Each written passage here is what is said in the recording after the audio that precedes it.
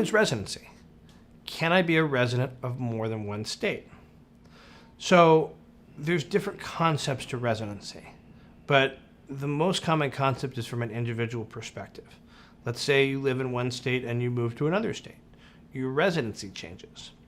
And, if you pick up and leave California and move to Texas and you never come back to California, no problem. The problem is that people and businesses aren't usually that simple. As a person can have multiple contacts with multiple states. They might travel around. They might live in several different states for a period of time. And so residency is really where the tax home is for the taxpayer. And what residency really entails is an analysis of what's called domicile. Domicile is where you plant your flag. It's where you set up your tax jurisdiction. And the way that most state residency rules work is in order to sever residency with a state, you got to pick up your flag out of that state and plant it in another flag. And there's a variety of factors that go into this.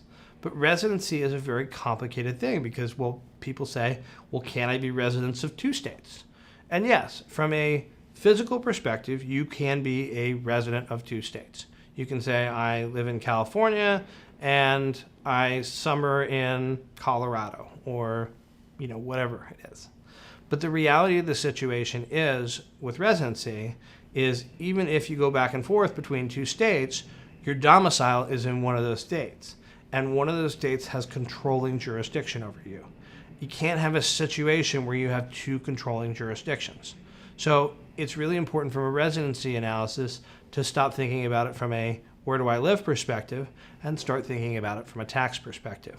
And that's where a lot of people get into trouble.